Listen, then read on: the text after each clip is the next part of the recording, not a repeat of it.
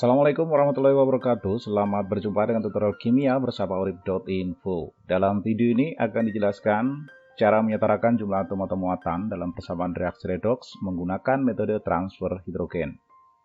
Reaksi yang disetarakan Na2CO3 direaksikan dengan C dan N2 menghasilkan NaCN dan CO. Reaksi ini berlangsung dalam suasana asam.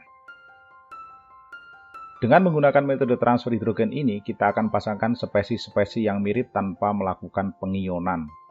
Kita langsung pasangkan spesies-spesies yang mirip tanpa memperhatikan O dan H. Pertama, kita akan pasangkan Na2CO3. Kita pasangkan spesies di ruas kanan yang mengandung Na dan mengandung C. Dalam hal ini, terdapat NaCN. Na ada di kanan dan di kiri, C ada di kanan dan kiri, tetapi di kanan juga ada N, maka yang di kiri ini akan kita tambahkan N2. Sehingga unsur selain O dan H ada di kedua ruas. Kemudian persamaan kedua, ini akan kita pasangkan C dengan spesies di ruas kanan yang mengandung C. Dalam hal ini CO. Karena O tidak perlu diperhatikan, H tidak perlu diperhatikan, maka C dengan CO adalah pasangan yang tepat. Selanjutnya kita akan setarakan jumlah unsur selain O dan H. Di ruas kiri di persamaan pertama, Na ada 2, maka spesies di ruas kanan kita kalikan 2 dengan tujuan menyetarakan jumlah Na. Kemudian ternyata C ini jumlahnya berubah. Jadi C-nya ini harus 2 juga. Ini kalau kita ubah lagi 2 seperti ini, tentu tidak akan selesai. Maka untuk menentukan pilihan yang aman, di ruas sebelah kiri ini, kita tambahkan C saja. Jadi ini kita gunakan kembali. Kita pasangkan seperti ini. Kalau sudah seperti ini, Na di kiri dan di kanan sudah setara, C di kiri dan di kanan juga sudah setara. Kemudian N di kiri 2, kemudian N di kanan juga sudah 2. Sekali lagi O, kalau kita jumpai O dan H kita abaikan dulu. Kemudian di persamaan kedua C di ruas kiri dan kanan sudah setara. Fokuslah pada unsur selain O dan H saja. Selanjutnya akan kita setarakan muatan. Karena suasananya asam kita akan setarakan dengan menambahkan H+.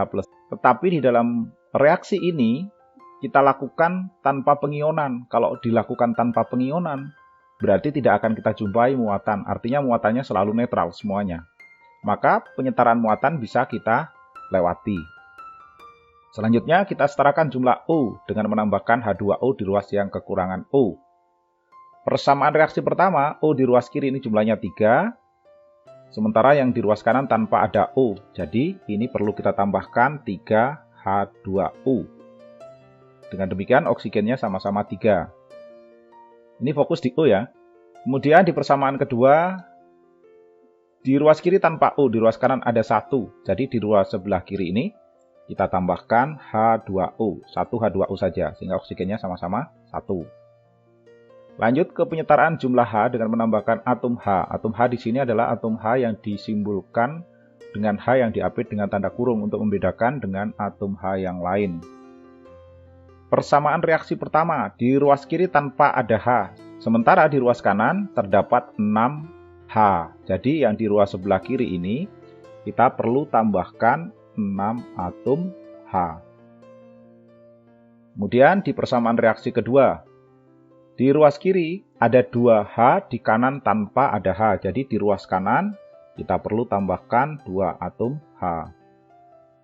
Pada tahap ini, kita sudah bisa mengidentifikasi kalau di persamaan reaksi pertama H di sebelah kiri, maka ia dikatakan mengalami reaksi reduksi. Sementara pada persamaan reaksi kedua, ada H di ruas kanan, maka ia dikatakan mengalami reaksi oksidasi.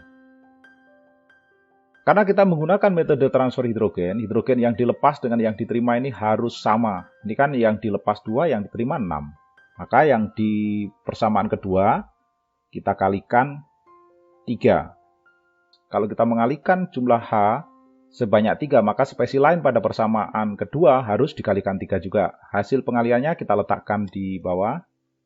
Semua spesi pada persamaan kedua kita kalikan 3.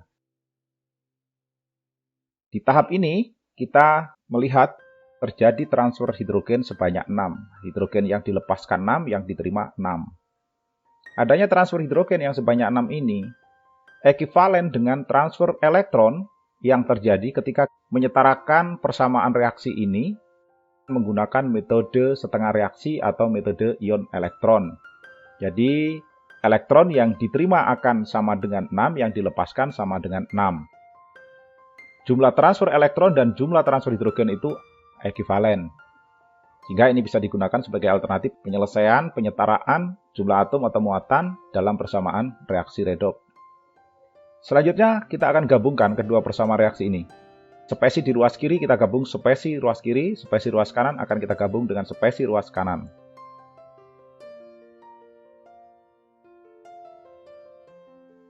Sudah kita lakukan penggabungan. Selanjutnya kita eliminir spesi sejenis yang muncul di kedua ruas. Dalam hal ini ada 6H di kiri dan 6H di kanan. Ini kita eliminir atau kita hapus.